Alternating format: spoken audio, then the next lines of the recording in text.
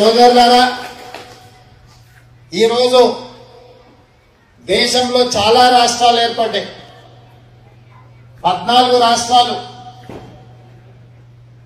SRC first state reorganisation committee ద్వారా ఏర్పాటైతే తర్వాత రాజకీయ అవసరాల మేరకు ఇంకొక 14 రాష్ట్రాలు 28 రాష్ట్రాలు ఏర్పడ్డాయి. 29వ రాష్ట్రంగా ఏర్పడ్డది ప్రజల ఆకాంక్ష మేరకు, ప్రజల పోరాటాలతోనే, బలమైన కోరిక మేరకు తమ అవకాశాలు, తమ అభ్యున్నతి తెలంగాణ రాష్ట్రంలోనే ఉంటుందని చెప్పి వందల మంది విద్యార్థులు ఆత్మ బలిదానం చేసుకుంటూ ఏర్పడ్డ రాష్ట్రం. ఏ దేశంలో అయినా ఒక దేశానికి స్వతంత్రం వచ్చిందన్నా, ఒక రాష్ట్రం ఒక దేశం ఇంకొక దేశం మీద దాడి చేసిందన్నా, ఆక్రమించుకున్నా శత్రువుల ప్రాణాలే పోయినాయి కానీ వాళ్ళ ప్రాణాలు పోయేది తక్కువ. కానీ తెలంగాణ ఉద్యమంలో ఎవరికి హాని జరగకుండా తమ బలమైన ఆకాంక్షను తెలియజెప్పడానికి అన్నిటికంటే ఉన్నతంగా ప్రేమించేది మన ప్రాణం, మన కుటుంబ సభ్యులను, మన తల్లిదండ్రులను. కని పెంచిన, భుజం మీద ఎత్తుకొని మోసిన తల్లిదండ్రులను కాదని, బంగారు భవిష్యత్తు, ఉజ్వలమైన భవిష్యత్తు ఉస్మానియా యూనివర్సిటీలో ఉంటుందని చెప్పి అక్కడికి చదువుకోవడానికి వచ్చిన విద్యార్థులు ఇక రాష్ట్రం ఏర్పడాలంటే తమ ఆత్మ బలిదానం ఒక్కటే పరిష్కారం అనుకొని కొన్ని వందల మంది ఆత్మ బలిదానాలు చేసుకున్న తర్వాత ఆ బలిదానాల వల్ల కేంద్ర రాష్ట్ర ప్రభుత్వాల మెడలు వంచి రాష్ట్రాన్ని సాధించుకున్న ఏకైక రాష్ట్రం తెలంగాణ రాష్ట్రం. అది తెలంగాణ గడ్డ. తెలంగాణ రాష్ట్ర ఆకాంక్ష ఇతరులకు వ్యతిరేకం కాదు. మన అభ్యున్నతి కోరుకోవడం ఇతరులను వ్యతిరేకించడం కాదు. రాష్ట్రం రావాలనుకున్నప్పుడు, రాష్ట్రం సాధించాలనుకున్నప్పుడు ఉత్పన్నమైన సమస్యలను ఎదుర్కోవడంలో కొంతమందికి ఏమైనా బాధ కలిగించి ఉండొచ్చు. కానీ ఆ బాధ తాత్కాలికమే. రాష్ట్ర ఏర్పాటు అనేది శాశ్వతం. అలాంటి శాశ్వతమైన రాష్ట్రం ఏర్పాటైంది. ఎన్నో వేల మంది, లక్షల మంది, కోట్ల మంది ఉద్యమంలో పాల్గొని భవిష్యత్తు ఉజ్వలంగా ఉండాలని ఏర్పాటు చేసుకున్న రాష్ట్రం 3 సంవత్సరాల తర్వాత సమీక్షించుకోవాల్సిన అవసరం ఉన్నది. ఇక్కడున్న ఎంతో మంది ఎన్ఆర్ఐ మిత్రులు టీడీఎఫ్ అయి ఉండొచ్చు, తానా ఉండొచ్చు, ఆటా ఉండొచ్చు, నాట్స్ ఉండొచ్చు, నాటా ఉండొచ్చు, టాటా ఉండొచ్చు, ఇతర సంఘాలు చాలా మంది మిత్రులు ఇక్కడ ఉండుకుంటూనే తమ కుటుంబాలను వదిలి అక్కడికి వచ్చి తెలంగాణ ఉద్యమంలో ఉస్మానియా యూనివర్సిటీలో జరుగుతున్న సంఘటనలను చూసి ఇక్కడ ఉండబట్టలేక అక్కడికి వచ్చి ఉద్యమంలో పాల్గొన్న మిత్రులు చాలా మంది నాకు తెలుసు. వాళ్ళందరికీ తెలంగాణ రాష్ట్రం వచ్చినా రాకపోయినా ఇంకేమన్నా జరిగినా ఇక్కడ ఉండే వాళ్ళకి పెద్ద ప్రయోజనం ఏం లేదు. ఇక్కడ వాళ్ళు ఆర్థికంగా అన్ని రకాలుగా జీవితంలో ఉన్నతమైన అవకాశాలతో ఇక్కడ ఉండబట్టలేక అక్కడికి వచ్చి ఉద్యమంలో పాల్గొన్న మిత్రులు వేల మంది నాకు తెలుసు. మరి అన్ని వేల మంది ఒక బలమైన ఆకాంక్షతో ఏర్పడ్డ రాష్ట్రం ఈరోజు ఏ దిశగా ప్రయాణిస్తుందో గమనించవలసిన బాధ్యత. ఒకవేళ రాష్ట్రాన్ని పాలిస్తున్న వాళ్ళు తప్పుడు దిశగా ప్రయాణిస్తుంటే నిలువరించవలసిన గురుతరమైన బాధ్యత మీ మీద ఉన్నదని చెప్పి నేను ఈ సందర్భంగా మిత్రులందరికీ తెలియజేస్తున్నా. ఆనాడు ఏ ఆకాంక్ష మీదకైతే తెలంగాణ ఉద్యమం జరిగిందో, ఏ ఆకాంక్షల నేపథ్యంలో తెలంగాణ రాష్ట్రం ఏర్పడ్డదో, మరి వచ్చిన రాష్ట్రం ఆ ఆకాంక్షల మేరకు నడుస్తుందా లేదా, నిపుణులైనా మేధావులైనా ఉన్నత స్థాయికి ఎదిగిన మీరు విశ్లేషించాల్సిన బాధ్యత మీ మీద ఉంది. పిడివాదం చేయాల్సిన అవసరం లేదు. ఆనాడు ఉద్యమంలో ఒక అడుగు ముందుకున్న కొంతమంది నాయకులు మీరు సమర్థించి ఉండవచ్చు. మిగతా రాజకీయ పార్టీల కంటే, మిగతా నాయకుల కంటే తెలంగాణ ఉద్యమంలో ఒక అడుగు ముందున్న వ్యక్తులను మీరు సమర్థించి ఉండవచ్చు. ఆనాడు మీ సమర్థనను మేము తప్పు పట్టడం లేదు. ఆనాడు ఉన్న ప్రత్యేకమైన పరిస్థితుల వల్ల మీరు ప్రత్యేకంగా ఆదరించి ఉండొచ్చు, గౌరవించి ఉండొచ్చు, వాళ్ళని భుజం మీద ఎత్తుకొని ఉండవచ్చు. కానీ ఈరోజు ఎవరైతే కుర్చీలో కూర్చొని నీళ్లు నిధులు నియామకాల కోసం ఈ రాష్ట్రాన్ని ముందుకు తీసుకెళ్తామన్నోళ్ళు, ఏ నిరుద్యోగ యువకులు, ఏ ప్రభుత్వ ఉద్యోగులు సకల జనుల సమ్మెను చేసి రాష్ట్రం సాధించుకున్నారో ఈ రోజు వాళ్ళ ఆకాంక్షల మేరకు పాలకులు పనిచేస్తున్నారా లేదా చర్చించుకోవాల్సిన అవసరం ఉన్నది. బేసిజాలకు వెళ్లాల్సిన అవసరం లేదు. ఇతరుల ముందర మనం తలదించుకోవాల్సిన అవసరం లేదు. ఒక మంచి జరుగుతుందని, ఒక మంచి ప్రయోగశాలగా తెలంగాణ అభివృద్ధి పదం వైపు నడపాలనే ఒక బలమైన ఆకాంక్షతోనే ఆనాడు మనం పోరాటం చేసినాం. మేమందరం కూడా ఆనాడు పార్టీలకు అతీతంగా, జెండాలకు ఎజెండాలకు అతీతంగా తెలంగాణ ఉద్యమంలో మేమందరం కూడా కదం దొక్కినాం. శాసనసభ లోపల, శాసనసభ బయట జరిగిన సంఘటనలు మీకు అందరికీ గుర్తుండే ఉంటుంది. మేము ప్రత్యేకంగా చెప్పాల్సిన అవసరం లేదు. ఉన్న పార్టీల నేపథ్యాలను కాదని, కొంతమంది పార్టీ విధానాలను కాదని కూడా తెలంగాణ ఉద్యమంలో మమేకమైంది. అంటే 4 కోట్ల ప్రజల ఆకాంక్షను వాళ్ళ ప్రతినిధులుగా మేము ముందుకెళ్ళాలి కాబట్టి ఆనాడు తెలంగాణ రాష్ట్ర సాధనలో మేము బాధ్యత నెరవేర్చి, ఈ తెలంగాణ రాష్ట్ర సాధనలో తొలి ఉద్యమంలో 369 మంది, మలి ఉద్యమంలో 1200 మంది ఆత్మ బలిదానాలు చేసుకున్నారంటే ఒక కుటుంబంలో ఉన్న వ్యక్తిని ముఖ్యమంత్రిని చేయడానికి, ఆయన కొడుకుని మంత్రిని చేయడానికి, ఆయన అల్లుడిని మంత్రిని చేయడానికి, ఆయన కూతుర్ని ఎంపీని చేయడానికి ఇంతమంది ఆత్మ బలిదానాలు చేసుకోలేదని చెప్పి ఖచ్చితంగా చెప్పవలసిన బాధ్యత మా మీద ఉన్నది. ఇవాళ తెచ్చుకున్న తెలంగాణ ఒకరి చేతిలో బందీగా ఉండి ఒక కుటుంబానికి ఆదాయ వనరుగా మారి, ఒక కుటుంబం 1000 కోట్ల ఆస్తులను తెచ్చుకోవడం కోసం, ఒక కుటుంబం పదవులు అనుభవించడం కోసం ఇన్ని 1000 మంది ఉద్యమంలో పాల్గొనాల్సిన అవసరం లేదు. ఇన్ని 100 మంది ఆత్మ బలిదానం చేసుకోవాల్సిన అవసరం లేదు. ఇవాళ ఒక వ్యక్తి ఒక అడుగు ముందున్నాడు కదా అని ఒక అవకాశాన్ని ప్రజలు ఆదరించే అవకాశం ఇస్తే, ఇది నా కుటుంబ ఆస్తి, ఇందులో నన్ను ఎవరు అడగడానికి లేదు, నన్ను ప్రశ్నించడానికి లేదు, ఎవరైనా తలెత్తి నన్ను అడిగితే ఆ తల లేకుండా శిరచ్ఛేదనం చేస్తా అని పాలకులు అనుకుంటే అది వాళ్ళ అమాయకత్వం అవుతుంది, వాళ్ళ అహంకారం అవుతుంది. అధికార మదంతో కళ్ళు మూసుకపోయినాయని చెప్పక తప్పదు. ప్రాంతానికి పూర్వపు హైదరాబాద్ రాష్ట్రానికి ఒక ప్రత్యేకత ఉన్నది. నిజాం నవాబులకు వ్యతిరేకంగా, రజాకర్లకు వ్యతిరేకంగా సాయుధ రైతాంగం పోరాటం చేసిన నేపథ్యం తెలంగాణకు ఉన్నది. ఆడబిడ్డలు నడుము మిగించి వడిసేలలో రాళ్లు పెట్టి రజాకర్లను తరిమి కొట్టిన చరిత్ర ఉన్నది.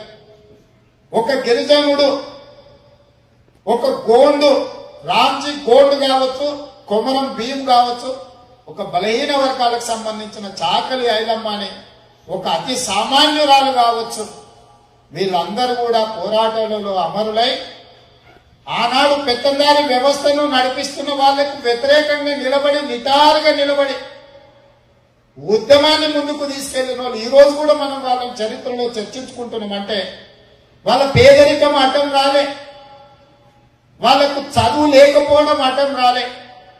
ప్రజల హక్కుల కోసం నిటారుగా నిలబడి పాలకుల మీద కలబడి నిలబడిన చరిత్ర తెలంగాణకున్నది.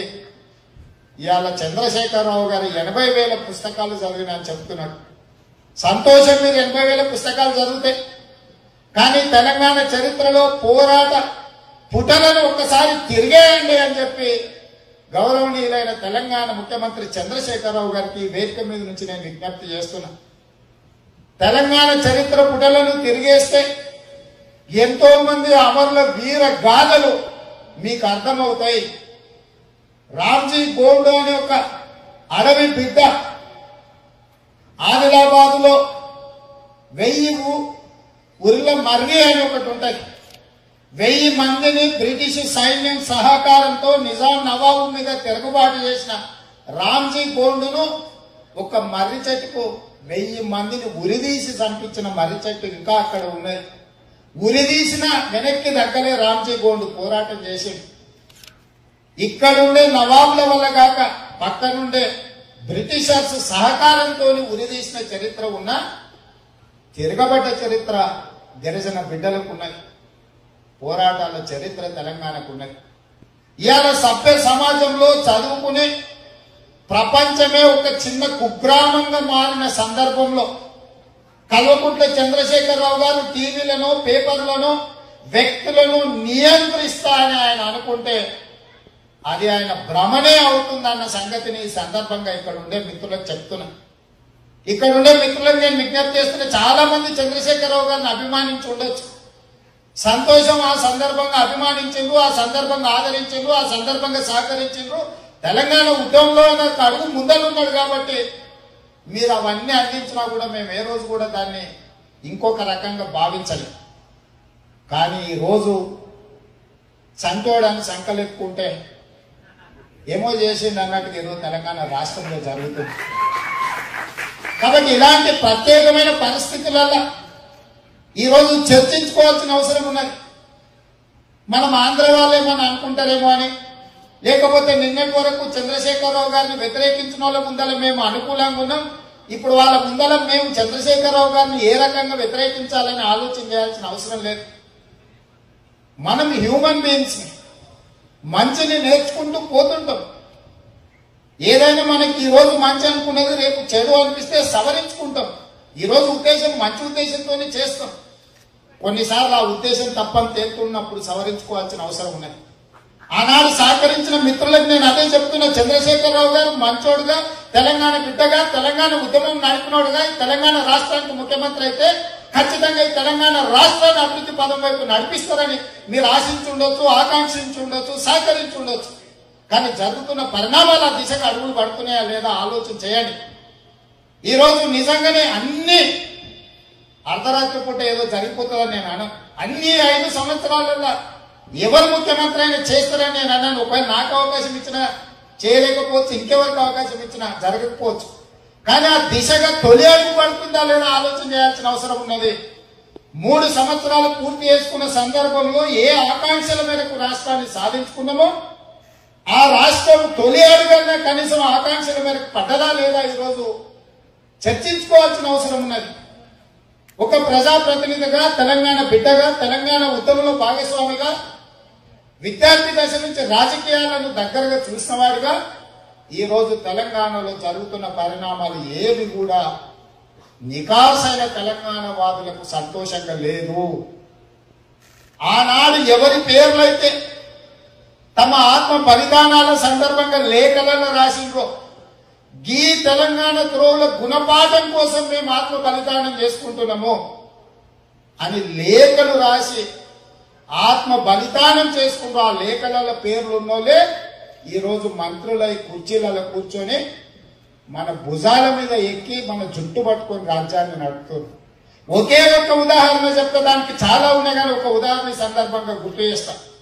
నిజామాబాద్ ఉప ఎన్నికల సందర్భంలో కాంగ్రెస్ పార్టీ పిసిసి అధ్యక్షుడిగా డి శ్రీనివాస్ ఉప ఎన్నికలలో పోటీ చేస్తే డి శ్రీనివాస్ వ్యతిరేకంగా ఎండెల లక్ష్మీనారాయణ ఒక సామాన్యమైన భారతీయ జనతా పార్టీ కార్యకర్త నిలబడితే డి శ్రీనివాస్ ఓడిపోయి ఎండెల లక్ష్మీనారాయణ గెలిస్తే తెలంగాణ వస్తుందనే ఆకాంక్షతోనే ఈశాన్ రెడ్డి అనే ఒక ఉస్మానియా యూనివర్సిటీ విద్యార్థి మైసమ్మ తల్లికి మొక్కుకున్నాడు. ఈ ఎన్నికలలో డి శ్రీనివాస్ ఓడిపోతే మైసమ్మ తల్లికి నా తలను బలించుకుంటాను మొక్కుకున్నాడు. అది ఎవరికి తెలియదు. ఎన్నికలలో నిజంగానే డి శ్రీనివాస్ ఓడిపోయిన తర్వాత ఆ ఈశాన్ రెడ్డి అనే విద్యార్థి మైసమ్మ తల్లి దగ్గరికి వెళ్లి తన ఆత్మ బలిదానం చేసుకున్నాడు. అంటే తెలంగాణ కోసం, తెలంగాణ రాష్ట్రం రావాలని తన మనసులో మొక్కిన మొక్కును కూడా వెనక్కి తగ్గకుండా ఆత్మ బలిదానం చేసుకొని నికాసుగా తెలంగాణ కోసం తన ప్రాణాలను అర్పిస్తే ఆనాడు తెలంగాణకు అడ్డుపడ్డ డి శ్రీనివాస్ టిఆర్ఎస్ లో రాజ్యసభ సభ్యుడైతే ఆ ఈశాన్ రెడ్డి తల్లిదండ్రులు ఎంత బాధపడి ఉంటారు, ఈశాన్ రెడ్డి ఆత్మ ఎంత ఘోషించుంటారో ఒక్కసారి ఆలోచన చేయండి అని చెప్పి తెలంగాణ వాదులందరూ నేను అడుగుతున్నా. ఇవాళ తలసాని శ్రీనివాస్ యాదవ్ను, తుమ్మల్ని, అరకపూడి గాంధీని, మాగంటి గోపిని చూపించి వాళ్ళు తెలుగుదేశం పార్టీలో ఎమ్మెల్యేలు కాబట్టి, నాయకులు కాబట్టి ఇది తెలంగాణ ద్రోహుల పార్టీ అని మా పార్టీ మీద ముద్రేసి తెలంగాణలో తెలుగుదేశం పార్టీకి ఉండే అర్హత లేదని వాదించిన చంద్రశేఖరరావు ఇవాళ 4 పక్కన కూర్చోబెట్టుకుని మంత్రులను చేసినావు కదా, ఇది న్యాయమా అని నేను అడుగుతున్నా. ఇవాళ నీ పార్టీ తెలంగాణ ద్రోహుల పార్టీ, నా పార్టీ తెలంగాణ ద్రోహుల పార్టీ అని నేను అడుగుతున్నా. ఇవాళ నువ్వు ఎవరెవరైతే ద్రోహులని ముద్రలు వేసినావో, ఎవరెవరినైతే చూపించి పార్టీ ఇక్కడ పార్టీ కాదు ఇది అక్కడి పార్టీ, వీళ్ళందరూ అక్కడోళ్ళు ఇక్కడెట్లు వచ్చిందని చెప్పిన నువ్వు ఇవాళ వాళ్ళందరినీ నీ పల్లకిలో కూసబెట్టుకుంటే సామాన్యమైన తెలంగాణ బిడ్డల పల్లకిని మళ్ళీ భుజం మీద మోయాల్సిన పరిస్థితి కర్మ వచ్చిందంటే ఇంతకంటే బాధాకరమైన విషయం ఏమన్నా ఉంటుందా? నిజమైన తెలంగాణ వాదులు ఆలోచన చేయండి అని నేను అడుగుతున్నా. ఇలా నాకు చంద్రశేఖరరావు కాస్త తగాదాలు లేవు, అధికారం ప్రజలానికి పట్టం కట్టారు, నాకేం రాదు. కానీ ఎందుకు మా ఇద్దరి మధ్యలో వైరుధ్యం ఉన్నది? ఎందుకు చంద్రశేఖరరావు గారు మా మీద 60 కేసులో 70 కేసులో ఇప్పటికీ 74, 75 కేసులు పెట్టిండు? నేనేమో అంతర్జాతీయ నేరగాడిని కాదే, నేనేం దోపిడీలు దొంగతనాలు చేయట్లేదే, నేను ఎవరి ఆస్తులను కొలగొట్టట్లేదే. ఎందుకు 74, 75 కేసులు పెట్టాల్సి వచ్చింది? ఆలోచన చేయండి. ఈ విధానం మంచిదే అయితే, ఈ విధానం రాజకీయాలలోనే ఉంటే 2001లో పార్టీ పెట్టినప్పుడు చంద్రబాబు నాయుడు అంత బలమైన నాయకుడు ఆ రాష్ట్రంలో ఎవరైనా ఉండేనా? ఆ రోజు నిజంగానే చంద్రబాబు నాయుడు గారు అనుకుంటుంటే కాలు కిందేసి నలపకపోతుంటే నా చంద్రశేఖరరావును, ఆ తర్వాత వచ్చిన రాజశేఖర రెడ్డి అదే అనుకుంటుంటే చంద్రశేఖరరావు ఇంట్లోకెళ్ళి కాలు బయట పెడుతుండేనా? వాళ్ళందరూ ప్రజాస్వామికంగా వ్యవహరించదు కాబట్టే నువ్వు తెలంగాణ ఉద్యమం చేయగలిగినావు. నువ్వు పోయి ఆ ధర్నా చౌక్ లో కూర్చొని నిరసన తెలపగలిగినావు. ఈ ప్రభుత్వాలకు, ఆ నాయకులకు, ఆ ముఖ్యమంత్రులకు వ్యతిరేకంగా ధర్నా చౌక్ లో నువ్వు నిరసన తెలపగలిగినావు. ఏ ధర్నా చౌక్ నుంచి అయితే నువ్వు ముఖ్యమంత్రి అయినావు, నువ్వు ముఖ్యమంత్రి అయిన మరుక్షణం ఆ ధర్నా చౌక్ ని రద్దు చేసినావు అంటే నువ్వు ఎంత దుర్మార్గమైన ఆలోచనతో నువ్వు ఒక్కసారి తెలంగాణ ఉద్యమకారులు ఆలోచన చేయాలని నేను అడుగుతున్నా. మాత్రం సమయం వస్తే కేంద్ర ప్రభుత్వం మీద పోరాటం చేయడానికి జంతర్ మంతర్ చౌరస్తాల కూర్చొని నిరసన తెలుపుతాడు. జంతర్ మంతర్ పార్లమెంట్ కు కూతవేటు దూరంలో ఉంది. కేంద్ర ప్రభుత్వం ప్రజాస్వామికంగా ఉన్నది కాబట్టి జంతర్ మంతర్ దగ్గర నిరసన తెలపడానికి అన్ని పక్షాలకు అవకాశం ఇస్తుంది. నీకు మాత్రం జంతర్ మంతర్ కావాలి నిరసన తెలపడానికి, ధర్నాలు చేయడానికి. తెలుగుదేశం పార్టీకో, కాంగ్రెస్ కో, టీడీఎఫ్ కో, ఇతర ప్రజాస్వామ్యంలో ప్రజల హక్కుల కోసం పోరాటం చేసే వాళ్ళకు మాత్రం ధర్నా చౌక్ ఉండొద్దంటే రాష్ట్ర ముఖ్యమంత్రి. ఇది సమంజసమా? మీరు ఆలోచన చేయండి. ఇవాళ ఇంత అభివృద్ధి చెందిన మీ అమెరికా దేశంలో బలవంతుడైన ఈ దేశ ప్రెసిడెంట్ వైట్ హౌస్ ఎదురుగా నిరసన తెలిపే అవకాశం ఉంది. వైట్ హౌస్ కు మధ్యలో ఒక రోడ్డు ఉంటుంది, రోడ్డుకి ఉత్తర పక్కన నిరసన టెంట్ వేసుకొని నిరసన తెలపడానికి నేను ఒకసారి వైట్ హౌస్ చూడడానికి పోయినప్పుడు అక్కడ ఒక అతను కూర్చొని నిరసన తెలుపుతున్నాడు ఈ దేశ ప్రెసిడెంట్ వ్యతిరేకంగా. అంటే అభివృద్ధి చెందిన అమెరికాలో వైట్ హౌస్ ఎదురుగా కూర్చొని ఈ దేశ ప్రెసిడెంట్ కు వ్యతిరేకంగా నిరసన తెలపడానికి అవకాశం ఉంటే హైదరాబాద్ లో మాత్రం ధర్నా చేయడానికి కూడా ధర్నా చౌక్ లేదు, అది కూడా అడుక్కోవాల్సిన పరిస్థితి వచ్చింది. ఆ అడుక్కోవడం కూడా ఎవరే అడుక్కున్నదంటే తెలంగాణ ఉద్యమాన్ని తన భుజాల మీద మోసిన కోదండరాం అడుక్కోవాల్సిన పరిస్థితి వచ్చిందంటే ఎంత దయానీయమైన పరిస్థితి తెలంగాణలో ఉందో ఒకసారి ఆలోచన చేయండి. ఆనాడు రాజకీయ పార్టీలను విఫలం చెందిన తర్వాత రాజకీయ పార్టీల వల్ల తెలంగాణ రాష్ట్రం తేలిన సందర్భంలో ఉస్మానియా యూనివర్సిటీకి పోయి కూర్చొని ఆ విద్యార్థుల ప్రొఫెసర్ అయిన కోదండరాం గారిని, ఆచార్య కోదండరాం ని శరణ్ వచ్చిన తర్వాత పొలిటికల్ జేఏసీని ఏర్పాటు చేసిన తర్వాత ఉద్యమం ఉవ్వెత్తున వేసినాక తెలంగాణ రాష్ట్రం వచ్చింది. ఆనాడు ఆచార్య ప్రొఫెసర్ కోదండరాం గారు అయిండు, ఈ రోజు కోదండరాం రెడ్డి అయ్యిండు కేసీఆర్ కంటే. ఏ రకంగా తనకు ఎదురు తిరిగితే ఒక మనిషి మీద ముద్రేసే ప్రయత్నం చేస్తుండో, కులాన్ని అంటగట్టే ప్రయత్నం చేస్తుండో, కుల ప్రతినిధిగా అతన్ని చూపించే ప్రయత్నం చేస్తుండో ఒక్కసారి ఆలోచన చేయండి. ప్రజా హక్కుల కోసం, సివిల్ లిబర్టీస్ కోసం పోరాటాలు చేయాలని నిర్ణయం చేసుకున్న కోదండరాం 4 దశాబ్దాల కిందనే ఆయన పేరు పక్కన ఉన్న రెడ్డిని తీసి పక్కన పెట్టి ప్రొఫెసర్ కోదండరాం గా పనిచేసింది. ఏ రోజు కూడా ఆయన కూడా మర్చిపోయింది, మాకు కూడా తెలియదు. మేము కూడా ఉద్యమంలో ఆయనతో కలిసి పనిచేసినాం తప్ప ఏ రోజు కూడా ఆయన అది ఏ సామాజిక వర్గం అని ఎవరు అడగలే. కానీ కేసీఆర్ తప్పు లేదని ప్రశ్నించగానే కోదండరాం రెడ్డి అన్న సంగతి కేసీఆర్ కు గుర్తొచ్చింది. ఈ రకమైన పరిస్థితులు తెలంగాణ రాష్ట్రంలో ఉన్నాయి.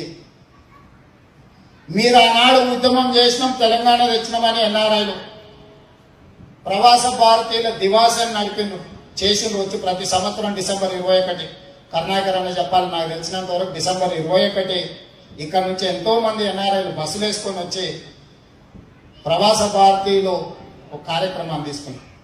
నేను అడుగుతున్నా, ఈరోజు ఆనాడు ప్రవాస్ భారతి కార్యక్రమాన్ని నిర్వహించిన వాళ్ళు రాష్ట్రం వచ్చిన తర్వాత ప్రభుత్వం కానీ ఆ కార్యక్రమాన్ని చేయలేదు, మిమ్మల్ని చేయనీయలేదు. పరోక్ష నిర్బంధం ఇది మంచిదా? ఈరోజు ఐటీఐఆర్ కారిడార్ అని చెప్పి 50,000 కోట్ల ప్రాజెక్టును ఐటీ సెక్టర్ లో ఇస్తే, లండన్ లో ఉండే శ్రీనివాస్ అనే వ్యక్తిని, కృష్ణా జిల్లా వ్యక్తిని తీసుకొచ్చి ఈ కారిడార్ కి సీఈఓగా నియమిస్తే నేను తప్పంటలేను.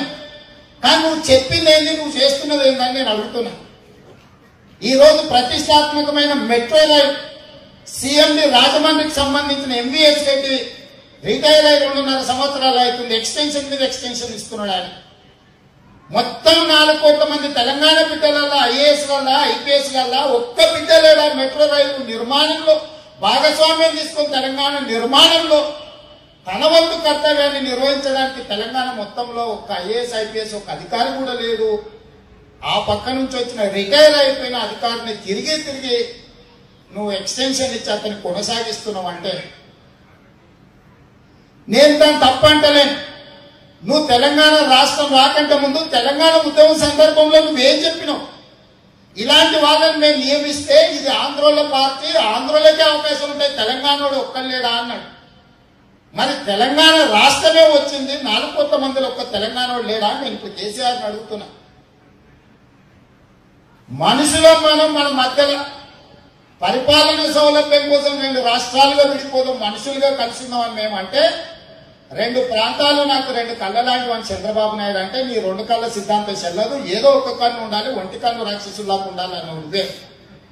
ఇవాళ మరి నువ్వు ఏ ఒంటి కన్ను రాక్షసుడి సిద్ధాంతం చెప్పినావు, ఇవాళ మళ్ళీ నువ్వు ఏం చేస్తున్నావు అని నేను అడుగుతున్నా. చంద్రశేఖరరావు గారు చెప్తున్న దానికి చేస్తున్న దానికి ఏమైనా పొంతన ఉన్నదా?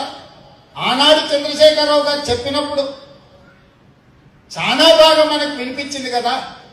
ఈరోజు చేతలలో అది లేకపోతే దాన్ని ప్రశ్నించాల్సిన బాధ్యత ఎన్ఆర్ఐ మిత్రుల మీద ఉందా లేదా? మీరు ఒకసారి ఆలోచన చేయండి అని నేను అడుగుతున్నా. మీరు వ్యతిరేకిస్తారా వ్యతిరేకించరా అనే దాన్ని నేను అడగడం లేదు. మీరు అసలు ఆలోచన చేస్తారా చేయరా అని నేను అడుగుతున్నా. ఆలోచన చేయాల్సిన బాధ్యత మీకు ఉందా లేదా అని నేను అడుగుతున్నా. ఉద్యమంలో పాల్గొనేది మీరు చంద్రశేఖరరావును ముఖ్యమంత్రి చేయడానిక, తెలంగాణ రాష్ట్రాన్ని సాధించుకోవడానిక? మిమ్మల్ని అడగాల్సిన బాధ్యత నాకుందా? ఆనాడు ఉద్యమంలో మమ్మల్ని అందరూ మీరు ప్రశ్నించింది, ఇదే అమెరికాకు వస్తే మీరు కాపార్చీలు ఎందుకు రాజీనామా చేస్తారా లేదా అని మీరు అడిగారు. మీరు తెలంగాణ పౌరులుగా, తెలంగాణ బిడ్డలుగా మమ్మల్ని ఈ స్థాయిలో నిలబెట్టిన వాళ్ళుగా మీరు అడిగినప్పుడు మేము అర్థం చేసుకున్నాం మీ ఆవేదన. తెలంగాణ రాష్ట్ర సాధనలో మీ కమిట్మెంట్ మేము అప్రిషియేట్ చేస్తాం. ఆ రోజు ఇవాళ టర్న్ అరౌండ్ అయింది. ఈ రోజు అడగాల్సిన బాధ్యత మాకు వచ్చింది, సమాధానం చెప్పాల్సిన బాధ్యత మీ మీద ఉన్నది. మీరు ఇవాళ చెప్పాలా, సమాధానం చెప్పాలి. తెలంగాణ వచ్చింది చంద్రశేఖరరావు కుటుంబం కోసమా, తెలంగాణ ప్రజల కోసమా?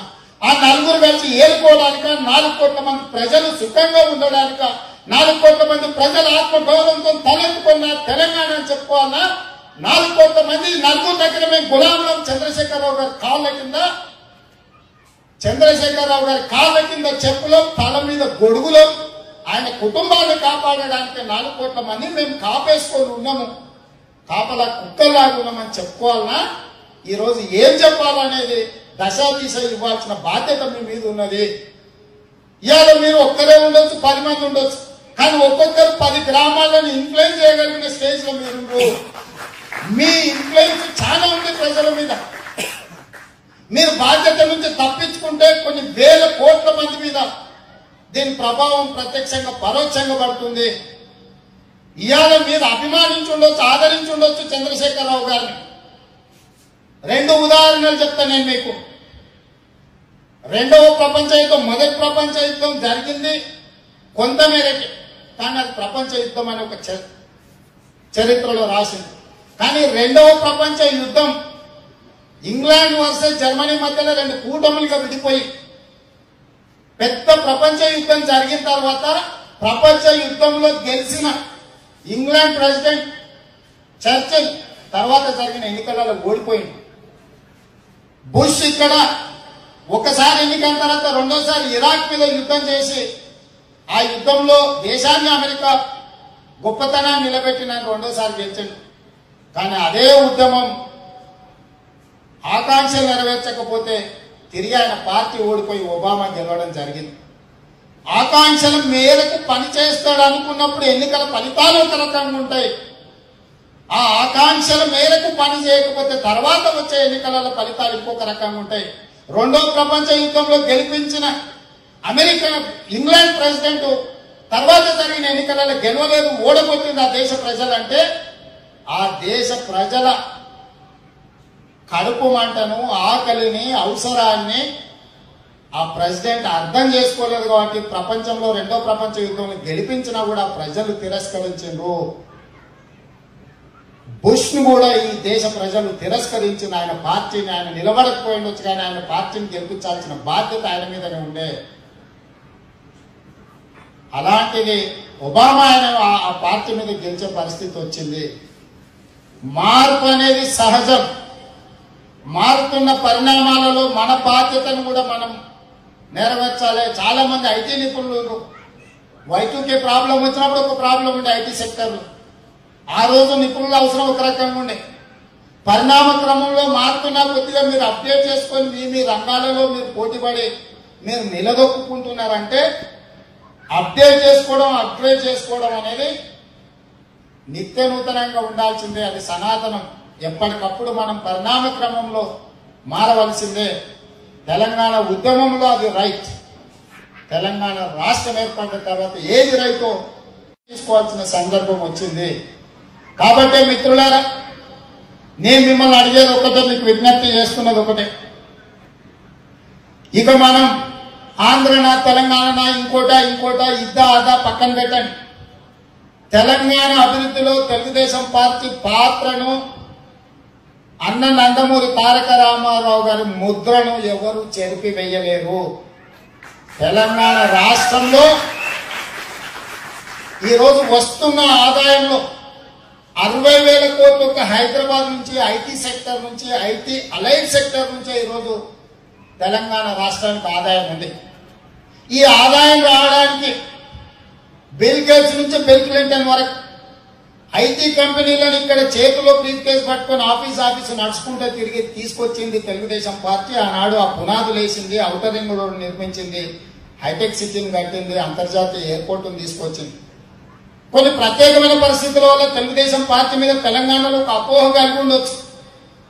ఒక ఆలోచన చంద్రబాబు నాయుడు గారి మీద చంద్రశేఖరరావు గారు కల్పించుండొచ్చు. ఇవాళ ఆలోచన చేయండి. ఇవాళ భావోద్వేగాలతో ఆలోచన చేయాల్సిన అవసరం లేదు. Today is Telangana is reality. Telangana అనేది వచ్చేసింది. ఇక వచ్చిన తెలంగాణలో ఉద్యమంలో భాగస్వామ్యం తీసుకున్న వాళ్ళ పాత్ర ఏంది, వాళ్ళకి ఇవ్వాల్సిన వాటా ఏంది, కోటా ఏంది, ఈరోజు చర్చించుకోవాలా. ఇవాళ కుటుంబ తెలంగాణ కావాలన్నా, ప్రజా తెలంగాణ కావాలన్నా ఆలోచన చేయాల్సిన సందర్భం తెలంగాణ ప్రజల ముందు ఉన్నది. ఇలా ప్రజా తెలంగాణ కావాలంటే ప్రజల భాగస్వామ్యంతో కూడుకున్న ప్రభుత్వం కావాలి.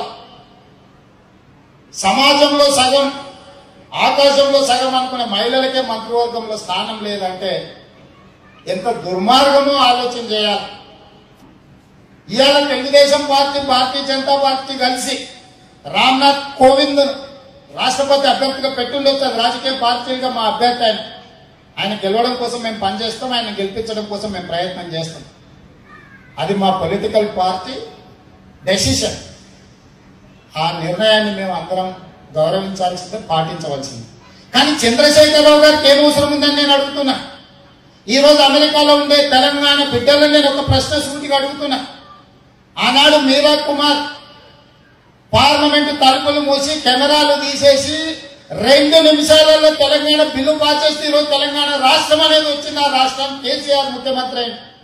పార్లమెంటులో చర్చ లేకుండా పార్లమెంటు తలుపులు మూసి కెమెరాలు తీసేసి 2 నిమిషాలలో తెలంగాణ రాష్ట్రాన్ని ఇచ్చి లగడపాటి రాజగోపాల్ లాంటి మిత్రులు పెప్పర్ స్ప్రే కొడుతుంటే కూడా సీట్లో నుంచి లేవకుండా కూర్చొని తెలంగాణ రాష్ట్రాన్ని ఇచ్చిన మీరా కుమార్ని ఎందుకు కేసీఆర్ ఓడించాలనుకుంటుండో తెలంగాణ సమాజానికి సమాధానం చెప్పాలి, అడగవలసిన బాధ్యత మీ మీద ఉంది. రామ్నాథ్ కోవింద్ తెలంగాణ రాష్ట్ర ఏర్పాటులో ఆయన పాత్ర ఎంత, ఆయన కంట్రిబ్యూషన్ ఎంత? మొత్తం తెలంగాణ రాష్ట్రానికి 100% సహకరించిన మీరా కుమార్ని చంద్రశేఖరరావు ఈరోజు ఓడించడానికి కంకణం కట్టుకున్నాడంటే తెలంగాణ ఉద్యమకారుల పట్ల తెలంగాణ రాష్ట్రాన్ని ఇచ్చిన వాళ్ళకి ఇచ్చే గౌరవం ఏపాటిదో ఈరోజు తెలంగాణలో జరుగుతున్న సంఘటనలు మీరు ఒకటొకటి క్రోడీకరించండి, ఒకటొకటి ఆలోచన చేయాలని చెప్పి మిత్రులకు విజ్ఞప్తి చేస్తుంది. రాజకీయ పార్టీలుగా మాకు కంపల్సరీ ఉండొచ్చు, మా అభ్యర్థిని గెలిపించుకోవాలన్న ఆలోచన మా పార్టీకి ఉంటాయి. కానీ నీకేం కంపల్సరీ ఉందని నేను అడుగుతున్నా. నీకేం అవసరం వచ్చింది అంటున్నా. అడగకుందే అంతకన్నా ముందుగా వెళ్ళి నువ్వు ఆయనకు మద్దతు ఇవ్వాల్సిన అవసరం ఎందుకు వచ్చింది అంటున్నా. ఒక తెలంగాణ రాష్ట్రం ఏర్పాటుకు 100% సహకరించిన మీరా కుమార్ను నువ్వు ఓడించడానికి నువ్వు ముందుకు వచ్చినావంటే ఇక నువ్వు ఎంత దుర్మార్గమైన ఆలోచనతో స్వార్థంతో కూడుకున్న విధానాలతో నువ్వు ముందుకు పోతున్నావో ఒక్కసారి అర్థం చేసుకోండి. ఇవాళ చంద్రశేఖరరావు గారికి ఆయన కుటుంబం అధికారంలో శాశ్వతంగా ఉండాలా, ఆస్తులు సంపాదించుకోవాలా, సంపాదించుకున్న ఆస్తులను నిలబెట్టుకోవాలా. ఆయన అనుభవజ్ఞుడు ఉద్యమకారుడు అంటే ఆయన ముఖ్యమంత్రి, యువకుడు అంటే ఆయన కొడుకు ముఖ్యమంత్రి, బాలమేధ అంటే ఆయన మనవడు ముఖ్యమంత్రి. ఇది తెలంగాణలో.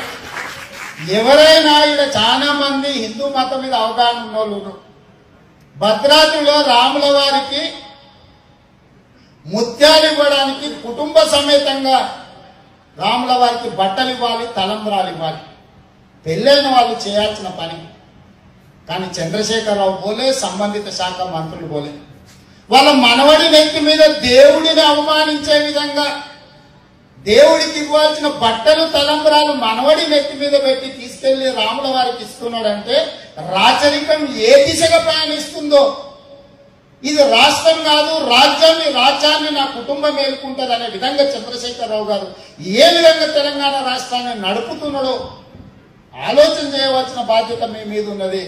రేవంత్ రెడ్డికి తెలుగుదేశం పార్టీకి స్వార్థం ఉండొచ్చు, రాజకీయాలలో నెగ్గాలన్న కోరిక ఉండొచ్చు, చంద్రశేఖరరావు గారు నా కుర్చీలోకి వెళ్ళి దించి కుర్చెక్కాలన్న ఆలోచన ఉండొచ్చు. ఆయన నా మీద ఇలాంటి ఆరోపణలు చేయొచ్చు. మేము రాజకీయ ప్రత్యర్థులం కాబట్టి మాకు ఇవన్నీ ఆటలో ఒక భాగం అయి ఉండొచ్చు. కానీ మీరు ఎవరు అలాంటి వాళ్ళు కాదే. కోదండరాంను తిడతాడు, గద్దర్ను తిడతాడు, విమలక్క మీద కేసులు పెట్టి లోపలేస్తాడు, చొక్కా రామయ్య గారు లాంటి మేధావులను చొక్కా వేసుకోకుండా ఇంటి దగ్గర ఉంటే పోయి అరెస్టు చేస్తాడు. తెలంగాణ రాష్ట్రంలో ఎన్కౌంటర్లు ఉండవు, నక్సలైట్ ఎజెండా నేను ఆ ఎజెండా అని చెప్పిన చంద్రశేఖరరావు నువ్వు ముఖ్యమంత్రి అయిన తర్వాత వరంగల్ బిడ్డలను నువ్వు కాల్చి చంపలేదా? ఇది న్యాయమా అని నేను అడుగుతున్నా. వాళ్ళు తెలంగాణ బిడ్డలు కాదా? వాళ్ళని బిడ్డలాగా కాల్చేసినావు కదా. శృతిని, సాగర్ను ఇలాంటి యువకులను తెలంగాణ బిడ్డలను కార్తీయ యూనివర్సిటీలో పీజీలు చదువుతున్న వాళ్ళని, ఎంటెక్ చదువుతున్న వాళ్ళని పట్టుకొని పోయి కాల్చి చంపలేదా నువ్వు? గత పాలకుల కంటే వైరుధ్యంగా నీ పాలనలో ఏముందని నేను అడుగుతున్నా.